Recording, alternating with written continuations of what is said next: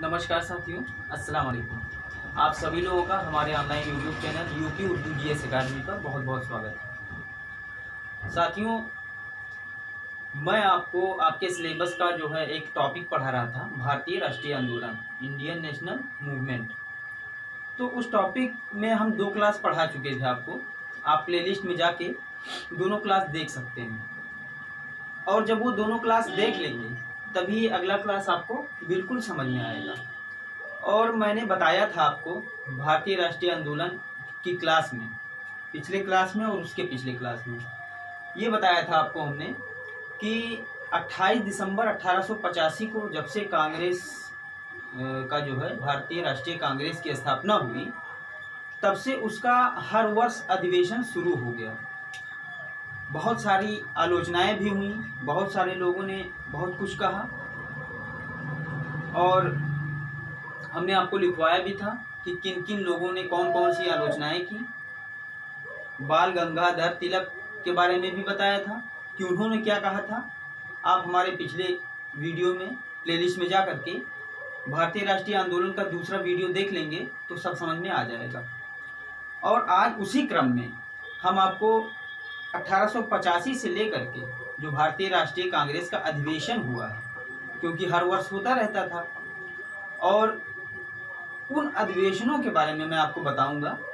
और जो भी अधिवेशन हुए हैं, जहां से भी महत्वपूर्ण क्वेश्चंस बनते हैं, और वो अधिवेशन जहां पे कुछ जो है ऐसा विशेष कार्य हुआ या कुछ घटनाएं हुई, तो वहां से क्वेश्चन बनते हैं, और मैं उन अधिवेशनों को आपको आज समझाऊंगा और कोशिश करूंगा कि याद हो जाए आपको। इसलिए मैंने बोर्ड पे लिखा हुआ है कुछ अधिवेशनों के नाम, उनके स्थान और उनके अध्यक्ष, और मैंने इसको बांट लिया है 4, 2, 2, 2 ऐसे करके। वो मैंने इसीलिए बांटा है कि आपको जो है थोड़ा समझने में आसानी हो और याद करने में आसानी हो। प्रयास मेरा यही रहेगा कि आपको याद हो जाए। तो 1885 कांग्रेस की स्थापना के बाद से जो भी अधिवेशन हुए हैं, जो महत्वपूर्ण अधिवेशन हैं, जहां से परीक्षाओं में प्रश्न पूछा जाता है, और जिन अधिवेशनों में कुछ ऐसी महत्वपूर्ण घटनाएं हुई हैं, उन अधिवेशनों के बारे में हम आपको बताएंगे स्टेप बाय स्टेप करके। तो देखते रहिएगा साथियों, बहुत ही महत्वपूर्ण अधिवेशन होते हैं, जहां से वनडे एग्जाम से लेकर के यूपी पीएससी एग्जाम यानी पीसीएस एग्जाम तक क्वेश्चन पूछे जाते हैं। तो इसलिए ये आप क्लियर कर लें एक बार, और मैं कोशिश ये करूंगा, मेरी कोशिश रहेगी कि आपको याद हो जाए। तो ध्यान से देखिएगा साथियों। जैसा हमने बताया था आपको कि 28 दिसंबर 1885 ईस्वी को कांग्रेस की स्थापना हो गई, और स्थापना जब हुई तो उस समय संस्थापक कौन थे, हमने बताया था आपको A.O. ह्यूम, जो एक रिटायर्ड अंग्रेजी ऑफिसर थे। उन्होंने ये जो है कांग्रेस की स्थापना की थी। अच्छा, कहा जाता है, जैसा कि आलोचनाएं भी आती हैं, कि ये एक सेफ्टी वाल्व की तरह इसकी स्थापना हुई थी। हमने आपको बताया भी था कि सेफ्टी वाल्व इससे हो जाता था ये कि जो जनता में आग भड़क रही है, जनता में जो असंतोष फैल रहा है, उस असंतोष को कम करने के लिए एक ऐसा प्लेटफॉर्म बना दिया जाए कि जहां से जनता संतुष्ट हो जाए और अपना जो भी बात है अपनी उस प्लेटफॉर्म पे आकर के और हमसे कहे, तो इस तरह से जनता संतुष्ट हो जाएगी। तो इसी वजह से यही कारण था कि कांग्रेस की स्थापना 1885 में की गई थी। अच्छा, उसके बाद से देखिए पहला अधिवेशन इसका, हमने बताया था आपको कि पहला अधिवेशन इसका हालांकि पूना में होने वाला था, लेकिन वहां प्लेग फैल गया, इस वजह से बम्बई में हुआ। तो पहला अधिवेशन 1885 में बम्बई में हुआ। और अध्यक्ष कौन थे उस समय, अध्यक्षता कौन कर रहे थे, W.C. बनर्जी। ध्यान से देखिएगा साथियों, अभी हम आपको ये बिल्कुल याद करवाने का प्रयास हम करेंगे कि याद हो जाए आपको। तो पहला अधिवेशन 1885 में हुआ था बम्बई में, W.C. बनर्जी की अध्यक्षता में, और उस समय 72 प्रतिनिधि ही थे। हमने आपको बताया था पहले क्लास में। आप हमारा जो 2 क्लास हो चुके हैं इंडियन नेशनल मूवमेंट के, वो प्लेलिस्ट में जाकर के देख सकते हैं। तो 72 प्रतिनिधि थे, और प्रथम महासचिव A.O. ह्यूम थे। A.O. ह्यूम को, जो संस्थापक भी थे, कांग्रेस की स्थापना इन्होंने ही की थी, इन्हीं को प्रथम महासचिव बनाया गया था। और प्रथम जो अधिवेशन हुआ था, हालांकि अधिवेशन हर वर्ष होते रहते थे, लेकिन अगर कोई विशेष कार्य है या ऐसा कोई आवश्यकता पड़ गया तो अधिवेशन बीच में भी हो जाते थे। तो पहले से आप समझिए कि प्रथम अधिवेशन कांग्रेस का 1885 में बम्बई में WC बनर्जी की अध्यक्षता में 72 प्रतिनिधि थे। और प्रथम महासचिव, कभी कभी पूछ लिया जाता है कि जब प्रथम अधिवेशन हुआ कांग्रेस का, उस समय प्रथम महासचिव कौन थे? तो कौन थे? A.O. ह्यूम। और किसकी अध्यक्षता में हुआ? WC बनर्जी। तो और साथियों अब देखते हैं दूसरे अधिवेशन की तरफ।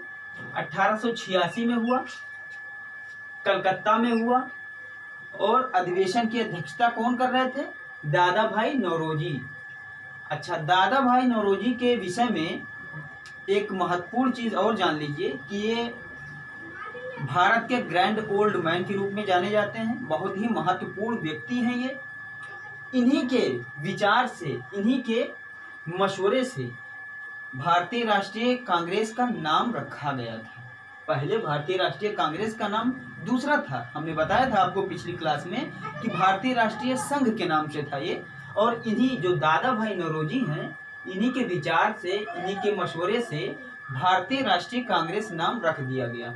और जो दादा भाई नौरोजी हैं वो 1886 के अधिवेशन में, 1893 के अधिवेशन में और 1906 के अधिवेशन में 3 बार ये अध्यक्ष रहे। ये चीजें ध्यान में रखिएगा। 1886, 1893 और 1906 3 अधिवेशन में ये अध्यक्ष रहे। ये पारसी थे, ये एक पारसी थे। अच्छा, एक चीज और मैं आपको इसी समय बताता चलूं कि कांग्रेस उस समय चूंकि स्टैंड अप हो रही थी, खड़ी हो रही थी, तो उसके माइंड में ये विचार था कि हर धर्म, हमने आपको बताया था पिछली क्लास में कि धर्मनिरपेक्ष थी वो, हर धर्म के लोगों को उसने जगह दिया और हर धर्म के लोगों को उसने अध्यक्ष बनाया। और जगह जगह मतलब अधिवेशन करती रहती थी, कभी बम्बई में, तो कभी लखनऊ में, तो कभी इलाहाबाद में, तो कभी मद्रास में, तो कभी कलकत्ता में। इसलिए करती रहती थी कि दूर दूर तक हमारी पार्टी जाए और वहाँ से लोग जुड़े। यही कारण था कि पहला अधिवेशन बम्बई में हुआ और दूसरा कलकत्ता में हुआ। तो दूसरे अधिवेशन की अध्यक्षता किसने की थी? दादा भाई नौरोजी ने, जो 3 बार उन्होंने कांग्रेस अधिवेशन की अध्यक्षता की थी, 1886 में, 1893 में और 1906 में। ये एक पारसी व्यक्ति थे। देखिए, WC बनर्जी एक हिंदू व्यक्ति थे, दादा भाई नौरोजी एक पारसी व्यक्ति थे। इसके बाद जो अधिवेशन हुआ, बदरुद्दीन तैयब जी मुसलमान व्यक्ति थे, और फिर जॉर्ज यूले प्रथम अंग्रेज व्यक्ति थे। तो ये अलग अलग धर्मों को कांग्रेस ने समाहित किया, अलग अलग धर्मों के लोगों को जगह दिया, इसलिए कि उसकी पार्टी बड़ी पार्टी बन करके उभरे। तो दूसरा अधिवेशन सोचिए, 1886 में हुआ, कलकत्ता में हुआ, दादा भाई नौरोजी की अध्यक्षता में हुआ, जो एक पारसी व्यक्ति थे। अब तीसरे अधिवेशन पे आते हैं साथियों। 1887 मद्रास में हुआ, और हमने जैसा कि कहा कि बदरुद्दीन तैयब जी की अध्यक्षता में हुआ, जो एक मुस्लिम व्यक्ति थे। और ये एक नहीं, प्रथम मुस्लिम अध्यक्ष थे, प्रथम मुस्लिम अध्यक्ष थे। अगर पूछ लिया जाता है क्वेश्चन में कभी कभी वनडे एग्जामों में कि प्रथम मुस्लिम अध्यक्ष भारतीय राष्ट्रीय कांग्रेस के कौन थे, तो बदरुद्दीन तैयब जी। किस अधिवेशन में? मद्रास के अधिवेशन में। किस सन में? 1887 में। इतनी चीजें समझ गए आप। अब चौथे अधिवेशन पे आते हैं, 1888 में। 1888 में इलाहाबाद में अधिवेशन हुआ। 1888 में अधिवेशन इलाहाबाद में हुआ, और अध्यक्षता किसने की? George Yule. George Yule. समझते रहिए साथियों कि अभी हम जो है प्रयास करेंगे कि आपको याद हो जाए, इसीलिए हमने खंडों में इसको बांट दिया है कि आपको याद करने में थोड़ी आसानी हो। तो जो जॉर्ज यूले थे वो प्रथम अंग्रेज थे, मतलब गैर भारतीय। पूछ लिया जाता है कि प्रथम अंग्रेज या प्रथम गैर भारतीय ऐसे कौन से व्यक्ति थे जिन्होंने कांग्रेस के अधिवेशन की अध्यक्षता की, तो जॉर्ज यूले थे। इन्होंने 1888 में कांग्रेस के अधिवेशन की अध्यक्षता की, और जो अधिवेशन इलाहाबाद में हुआ था। तो मैं आपको ये बताना चाहता हूँ साथियों कि चूंकि 85, 86, 87, 88 लगातार जो 4 अधिवेशन हैं, बम्बई, कलकत्ता, मद्रास और इलाहाबाद। देखिए, बम्बई इस कोने पे है, पश्चिमी कोने पे, कलकत्ता पूर्वी कोने पे और मद्रास दक्षिणी कोने पे, और उसके बाद फिर इलाहाबाद। तो इस तरह से इन्होंने अधिवेशन किया कि चारों ओर हमारी पार्टी का वर्चस्व फैले और बढ़े, हमारी पार्टी एक बड़ी पार्टी बने। तो पहला अधिवेशन बंबई में WC बनर्जी की अध्यक्षता में 72 प्रतिनिधि उस समय शुरुआत में जुड़े थे। प्रथम महासचिव एवो ह्यूम थे। दूसरा अधिवेशन 1886 में कलकत्ता में दादा भाई नौरोजी की अध्यक्षता में, और ये एक पारसी व्यक्ति थे। जो तीसरा अधिवेशन हुआ 1887 में मद्रास में, इसकी अध्यक्षता बदरुद्दीन तैयब जी ने की थी, जो एक मुस्लिम व्यक्ति थे और ये प्रथम मुस्लिम अध्यक्ष थे, समझते रहिएगा। फिर 1888 में जो अधिवेशन हुआ वो इलाहाबाद में हुआ, और इसके जो प्रथम अंग्रेज अध्यक्ष थे जॉर्ज यूले, प्रथम अंग्रेज, प्रथम गैर भारतीय। तो ये चार आप एक साथ में याद रख सकते हैं साथियों, इसीलिए ये चार हमने एक साथ रखा हुआ है। ये चार आप एक साथ में याद कर सकते हैं। प्रथम अधिवेशन 1885 में बंबई में WC बनर्जी की अध्यक्षता में, जिसमें 72 कैंडिडेट ही शामिल थे।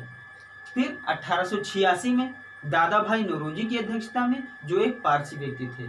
फिर 1887 में कहाँ हुआ? मद्रास में हुआ। 1886 में कहाँ हुआ था? कलकत्ता में हुआ था। 1887 में मद्रास में हुआ था, और जिसके अध्यक्ष थे एक मुस्लिम व्यक्ति, प्रथम मुस्लिम अध्यक्ष थे वो कौन? बदरुद्दीन तैयब जी। फिर 1888 में हुआ। 1888 में प्रथम अंग्रेज व्यक्ति थे जॉर्ज यूले, और ये इलाहाबाद में हुआ था। इस तरह से आप ये चारों एक साथ याद कर सकते हैं। फिर जो महत्वपूर्ण अधिवेशन है, जिनमें कुछ महत्वपूर्ण घटनाएं हुई हैं और जहां से प्रश्न पूछे जाते हैं साथियों, दोस्तों, मैं वहीं से बताना चाहता हूँ। तो ये चार आपको मेरा ख्याल है याद हो गया होगा। इसके बाद जो और अधिवेशन हुए हैं, 1905 की महत्वपूर्ण घटनाएं हैं, इसलिए 1905 के बारे में बताऊंगा, 6 में बताऊंगा, 7 और 16।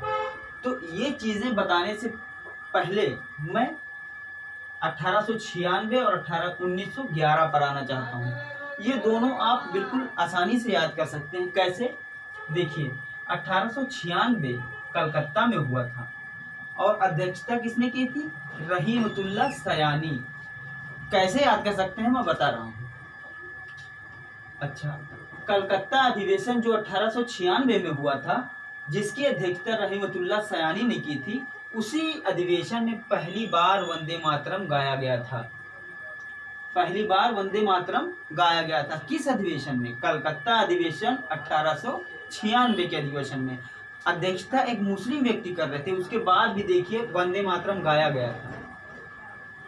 आजकल लोग जो है बहसबाजी करने लगते हैं कि हम नहीं गाएंगे या ऐसा कुछ।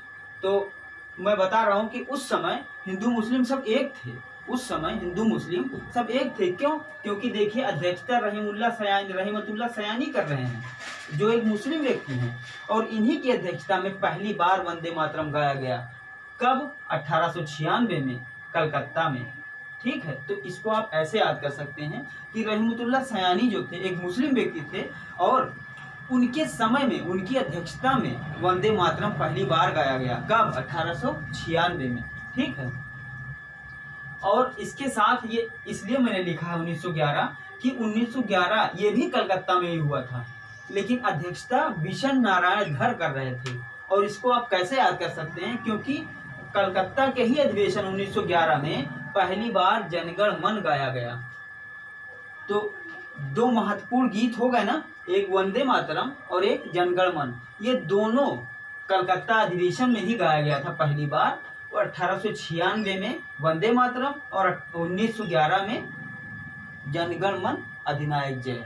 ठीक है, तो इसलिए दोनों हमने साथ में रखा है साथियों। दोस्तों, ये दोनों इसीलिए साथ में रखा है कि वंदे मातरम और जनगण मन दोनों जो गीत है वो पहली बार इन्हीं दो अधिवेशनों में गाया गया। एक अधिवेशन 1896 का जो कलकत्ता में हुआ था, और दूसरा अधिवेशन 1911 का, ये भी कलकत्ता में हुआ था। दोनों अधिवेशन कलकत्ता में ही हुए थे। एक अधिवेशन जो 1896 में हुआ था, उसकी अध्यक्षता कर रहे थे रहीमतुल्लाह सयानी, जिनकी अध्यक्षता में पहली बार वंदे मातरम गाया गया। और जो 1911 में अधिवेशन हुआ वो भी कलकत्ता में ही हुआ, और इसकी अध्यक्षता कर रहे थे बिशन नारायण धर। यहाँ पर पहली बार जनगण मन गाया गया, तो इसलिए इन दोनों को हमने साथ में रखा है। तो इस तरह से इन दोनों को आप बिल्कुल याद कर सकते हैं कि 1896 के अधिवेशन में जो कलकत्ता में हुआ था, जो रहीमतुल्लाह सयानी की अध्यक्षता में हुआ था, पहली बार उसमें वंदे मातरम गाया गया। और 1911 में जो अधिवेशन कलकत्ता में ये भी हुआ था 1911 में, और इसके विषम नारायण धर अध्यक्षता कर रहे थे, उसमें पहली बार जनगण मन गाया गया। इसलिए इन दोनों को आप साथ में याद कर सकते हैं साथियों। बहुत ही महत्वपूर्ण है, क्वेश्चन आते हैं बराबर, बहुत क्वेश्चन पूछे जाते हैं यहाँ से। फिर नीचे आएंगे जब आप, तो हमने दो साथ में एक और रखा है। इन दोनों को भी आप आसानी से याद करने का प्रयास करेंगे और याद भी हो जाएगा। देखिए, जो कलकत्ता में अधिवेशन हुआ था एक 1917 में, 1917 में अध्यक्ष बनी कौन? Annie Besant.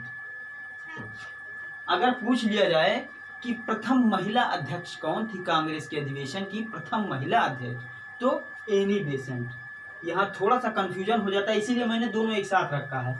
प्रथम महिला अध्यक्ष तो एनी बेसेंट थी 1917 के अधिवेशन में कलकत्ता की, और प्रथम भारतीय महिला अगर पूछ लिया जाए तो सरोजिनी नायडू। ये कानपुर के अधिवेशन में जो 1925 में हुआ था, 8 साल बाद 17 के बाद 17 में 8 जोड़ देंगे आप तो 25 हो जाएगा। तो 1917 के बाद फिर 1925, दोनों में महिला ही अधिवेशन की अध्यक्षता कर रही थी। और एनी बेसेंट प्रथम महिला अध्यक्ष थी और सरोजिनी नायडू प्रथम भारतीय महिला अध्यक्ष थी। ठीक है, एनी बेसेंट जो थी एक आयरिश महिला थी, आयरलैंड की थी, और सरोजिनी नायडू भारत की महिला थी। तो इन दोनों को हमने इसीलिए साथ में रखा है कि प्रथम महिला अध्यक्ष एनी बेसेंट और प्रथम भारतीय महिला अध्यक्ष सरोजिनी नायडू। प्रथम महिला अध्यक्ष एनी बेसेंट कलकत्ता अधिवेशन में अध्यक्षता किया था इन्होंने, किस सन में? 1917 में। और प्रथम भारतीय महिला अध्यक्ष जो कानपुर के अधिवेशन की अध्यक्षता कर रही थी सरोजिनी नायडू 1925 के अधिवेशन में। इसीलिए इन दोनों को हमने साथ में रखा है कि दोनों महिलाएं हैं, एक प्रथम महिला अध्यक्ष है और एक प्रथम भारतीय महिला अध्यक्ष है। इस तरह से आपको इन दोनों अधिवेशनों को याद करने में कोई परेशानी या कोई कठिनाई नहीं होनी चाहिए। आगे चलते हैं साथियों। 29 और 31 को हमने एक साथ में रखा हुआ है, क्यों? इसका भी रीजन है। देखिए, 1929 के लाहौर अधिवेशन में, ये अधिवेशन लाहौर में हुआ था, 1929 का अधिवेशन लाहौर में हुआ था, जिसकी अध्यक्षता कर रहे थे पंडित जवाहरलाल नेहरू।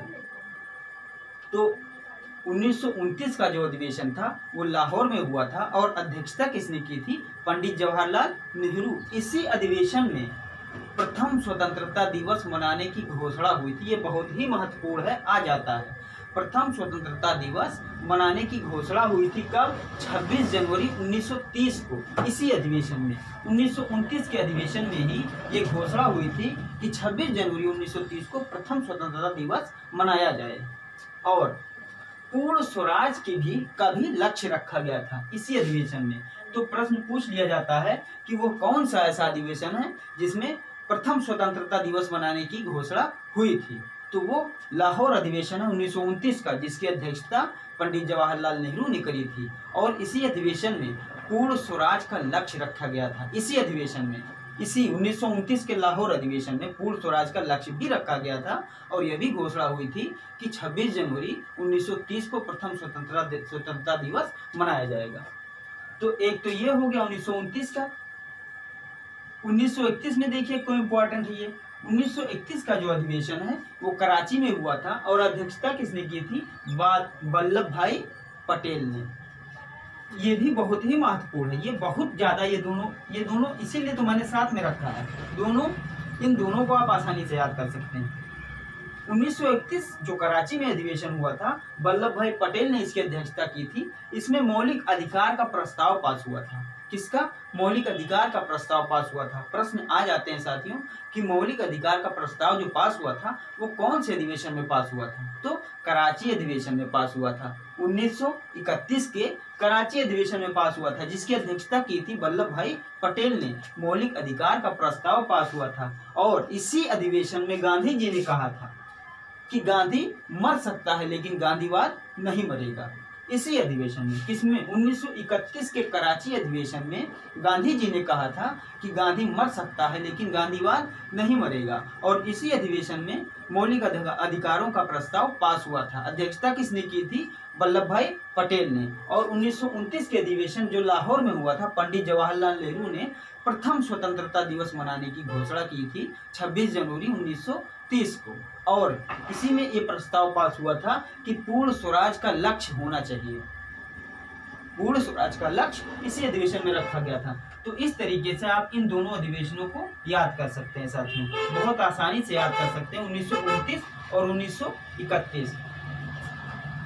अब चलते हैं जो थोड़े छूटे हुए अधिवेशन थे, ये आसान है इसीलिए मैंने इनको अलग रखा हुआ है। देखो, आप सभी लोग जानते हो भाइयों दोस्तों कि 1905 में बंगाल विभाजन हुआ था, करजन जिम्मेदार था।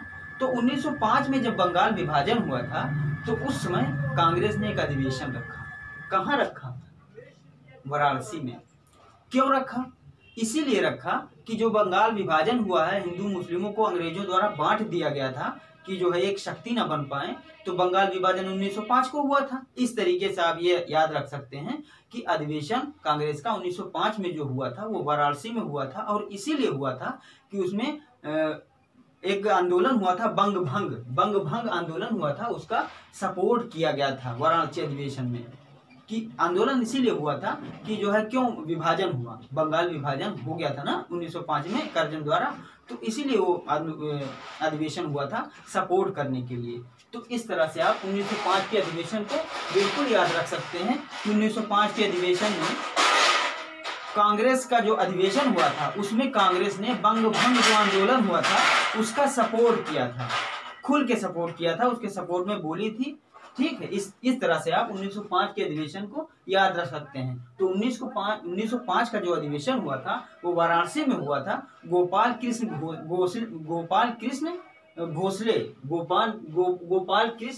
गोखले जो हैं, सॉरी साथियों, जो गोपाल कृष्ण गोखले हैं उन्होंने अध्यक्षता की थी। गोपाल कृष्ण गोखले ने 1905 के अधिवेशन की अध्यक्षता की थी, जो अधिवेशन वाराणसी में हुआ था। किस उपलक्ष्य में हुआ था वो इसलिए हुआ था कि जो बंगाल विभाजन हो गया है करजन द्वारा 1905 में, उसके लिए जो आंदोलन हो रहा था बंग भंग आंदोलन, उसके सपोर्ट में ये अधिवेशन 1905 में वाराणसी में रखा गया था, जिसकी अध्यक्षता गोपाल कृष्ण गोखले ने की थी। अब इसी में अगला देखिए 1906 में। 1906 इसलिए मशहूर है, हमने आपको शुरू में ही बताया कि जो दादा भाई नौरोजी थे वो 3 बार अध्यक्ष बने थे। कब, 1886 में, 1893 में और 1906 में। तो 1906 के अधिवेशन में जो कलकत्ता में हुआ था, अध्यक्षता किसने की थी, आप लोग आसानी से समझ सकते हैं, दादा भाई नौरोजी ने। दादा भाई नौरोजी को ग्रैंड ओल्ड मैन कहा जाता है भारत का। तो पहली बार स्वराज शब्द का प्रयोग इन्होंने ही किया था 1906 के कलकत्ता अधिवेशन में। ठीक है साथियों, तो 1906 के कलकत्ता अधिवेशन में दादा भाई नौरोजी ने पूर्ण स्वराज का प्रयोग किया था। पूर्ण स्वराज आ सकता है कि पहली बार स्वराज शब्द का प्रयोग किस अधिवेशन में हुआ था, तो दादा भाई नौरोजी की अध्यक्षता में 1906 में जो कलकत्ता में अधिवेशन हुआ था उसी में स्वराज शब्द का पहली बार प्रयोग हुआ था। पूछ लेता है, कई बार प्रश्न पूछे गए हैं, बिल्कुल एकदम जम के प्रश्न पूछे जाते हैं यहाँ से। तो जो भी अधिवेशन हुए हैं मैं उनको 2 भागों में आपको बताऊंगा। तो ये पहला पार्ट है अधिवेशनों का, इसके बाद हमारा अगला वीडियो जो आएगा वो अधिवेशनों का दूसरा पार्ट रहेगा। तो पहले पार्ट में देखिए 1906 तक पहुंचे हैं, अभी 6 की बात हम लोग कर रहे थे कि कलकत्ता में जो दादा भाई नौरोजी द्वारा अध्यक्षता की गई जिस अधिवेशन की कलकत्ता में, उसमें पहली बार स्वराज शब्द का प्रयोग किया गया।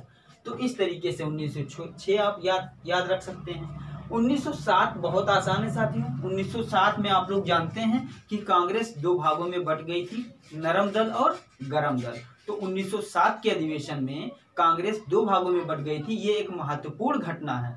तो जितनी महत्वपूर्ण घटनाएं हैं जिन अधिवेशनों में हुई हैं उन अधिवेशनों को मैं आपको बारी बारी से समझा रहा हूं। और 1907 के इसी क्रम में 1907 के अधिवेशन में कांग्रेस 2 भागों में बट गई थी। और यह अधिवेशन हुआ कहाँ था, सूरत में हुआ था। यह अधिवेशन सूरत में हुआ था। और अध्यक्षता कौन कर रहे थे, रास बिहारी बोस। तो इसको आप ऐसे याद कर सकते हैं, सा से सूरत, सा से सूरत, और 1907 में हुआ था। 1907 में भी सा आता है, और सूरत में हुआ था, और रास बिहारी में भी सा आता है।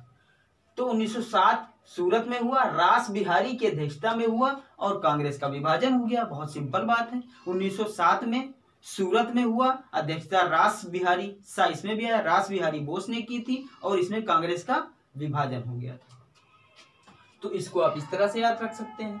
अब 1916 में क्या हुआ था? 1916 में बहुत महत्वपूर्ण घटना हुई थी। इसको इसीलिए पूछ लिया जाता है प्रश्न में, कई बार कई पेपरों में आया कि 1916 जो अधिवेशन है उसमें देख लीजिए कौन सी घटना हुई। 1916 का अधिवेशन लखनऊ में हुआ था। पहली बात तो लखनऊ में हुआ था।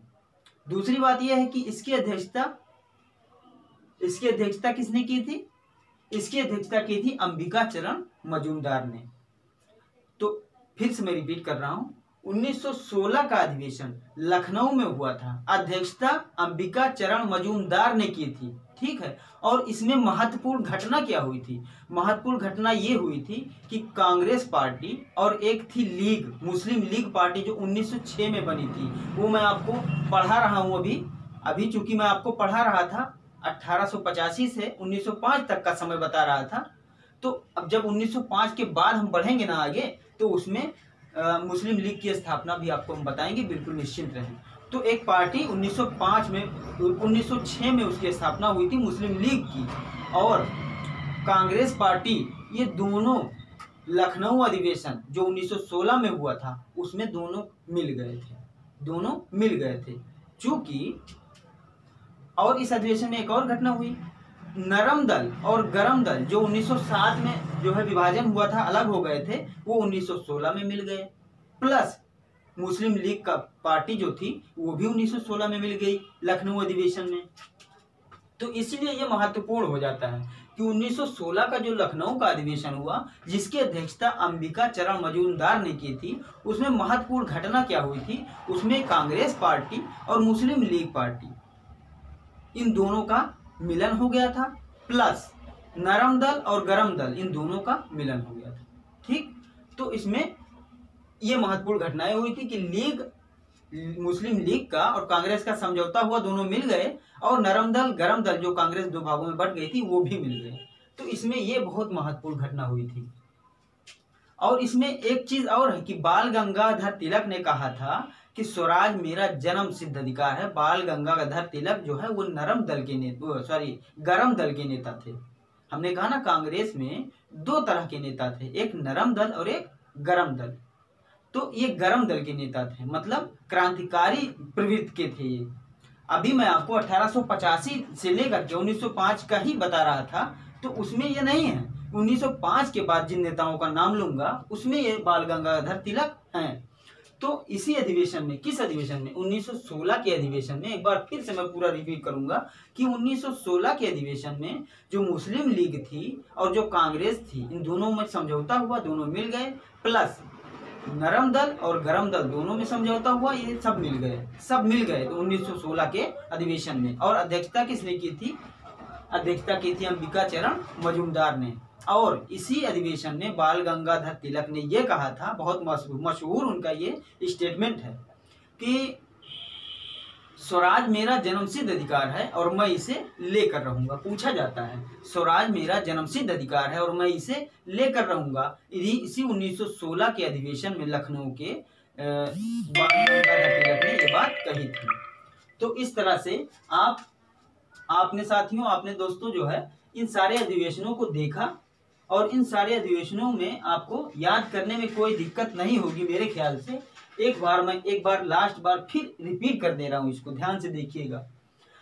1885 का अधिवेशन बंबई में हुआ, WC बनर्जी की अध्यक्षता में, जिसमें टोटल 72 प्रतिनिधि थे। अध्यक्ष और महासचिव कौन थे? A.O. ह्यूम, क्योंकि उन्हीं के द्वारा स्थापना की गई थी। 1886 के अधिवेशन में जो कलकत्ता में हुआ था, दादा भाई नौरोजी जो पारसी व्यक्ति थे, उन्होंने अध्यक्षता की। दादा भाई नौरोजी 3 बार अध्यक्ष बने कांग्रेस पार्टी के अधिवेशन के, 1886 में, 1886 में और 1993 में, दो बार मैं बोल रहा हूँ, 1886 में, 1993 में और 1906 में दादा भाई नौरोजी 3 बार अध्यक्ष बने। 87 में मद्रास में हुआ, बदरुद्दीन तैयब जी ने अध्यक्षता की। ये प्रथम मुस्लिम अध्यक्ष थे, ये ध्यान में रखिएगा। 1888 में इलाहाबाद में जो है अधिवेशन हुआ और इलाहाबाद में जॉर्ज यूलो जो प्रथम अंग्रेज व्यक्ति थे उन्होंने अध्यक्षता की। फिर चले आइए कलकत्ता अधिवेशन में, 2 अधिवेशन कलकत्ता में यहाँ लगातार, एक 1896 और एक 1911 में। इन दोनों को साथ में इसीलिए रखे हैं साथियों कि 1896 जो कलकत्ता में अधिवेशन हुआ उनमें रहीमतुल्लाह सयानी अध्यक्षता कर रहे थे और पहली बार वंदे मातरम गीत गाया गया वहाँ। और 1911 में जो अधिवेशन हुआ कलकत्ता में उसमें बिशन नारायण धर अध्यक्षता कर रहे थे और जनगण मन गाया गया पहली बार। अब आते हैं 17 पे। 1917 कलकत्ता अधिवेशन, एनी बेसेंट प्रथम महिला अध्यक्ष, एनी बेसेंट प्रथम महिला अध्यक्ष। कब? 1917 में। कौन सा? कलकत्ता अधिवेशन, ठीक। 1925 में सरोजनी नायडू, 1925 में सरोजनी नायडू कानपुर में अधिवेशन हुआ था। ये प्रथम भारतीय महिला अध्यक्ष थी कांग्रेस की। तो इन चीजों को ध्यान में रखिएगा, इसीलिए हमने खंड में बांट के लिखा हुआ है। फिर 1929 में लाहौर अधिवेशन, अध्यक्षता किसने की? पंडित जवाहरलाल नेहरू। और पहली बार 26 जनवरी 1930 को प्रथम स्वतंत्रता दिवस मनाने की घोषणा हुई और पूर्ण स्वराज का लक्ष्य रखा गया कि हमको पूर्ण स्वराज चाहिए, ठीक है। 1929 में लाहौर के अधिवेशन में। फिर 1931 के कराची अधिवेशन में वल्लभ भाई पटेल ने वल्लभ भाई पटेल अध्यक्षता कर रहे थे, मौलिक अधिकारों का प्रस्ताव रखा इन्होंने, वल्लभ भाई पटेल ने 1931 के अधिवेशन में। और इसी में गांधी जी ने एक स्टेटमेंट दिया था कि गांधी मर सकता है लेकिन गांधीवाद कभी नहीं मरेगा। तो इतना याद करने में बिल्कुल दिक्कत नहीं होगी साथियों। अब 1905 में बंगाल विभाजन हुआ था, उसी के सपोर्ट में वाराणसी में अधिवेशन रखा कांग्रेस ने और बंग भंग आंदोलन जो था उसका सपोर्ट किया।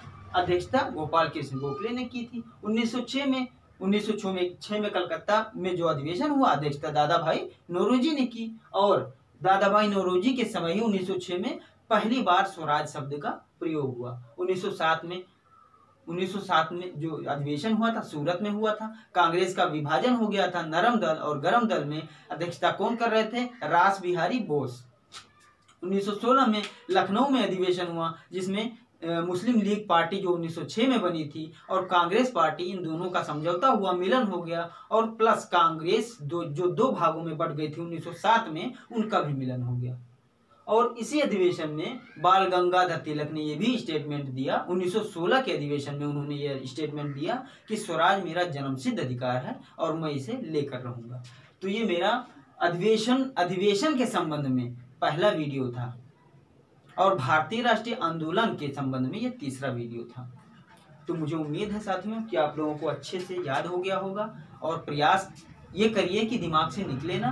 तो बहुत बहुत धन्यवाद पूरा वीडियो देखने के लिए साथियों। हमारा वीडियो और आप जो है हमारा वीडियो सब्सक्राइब करें, शेयर करें और कमेंट करें और लाइक करें। साथियों ये आपसे रिक्वेस्ट है कि हमारा वीडियो सब्सक्राइब करें और शेयर करें, लाइक भी किया करें और कमेंट भी किया करें। तो बहुत बहुत धन्यवाद।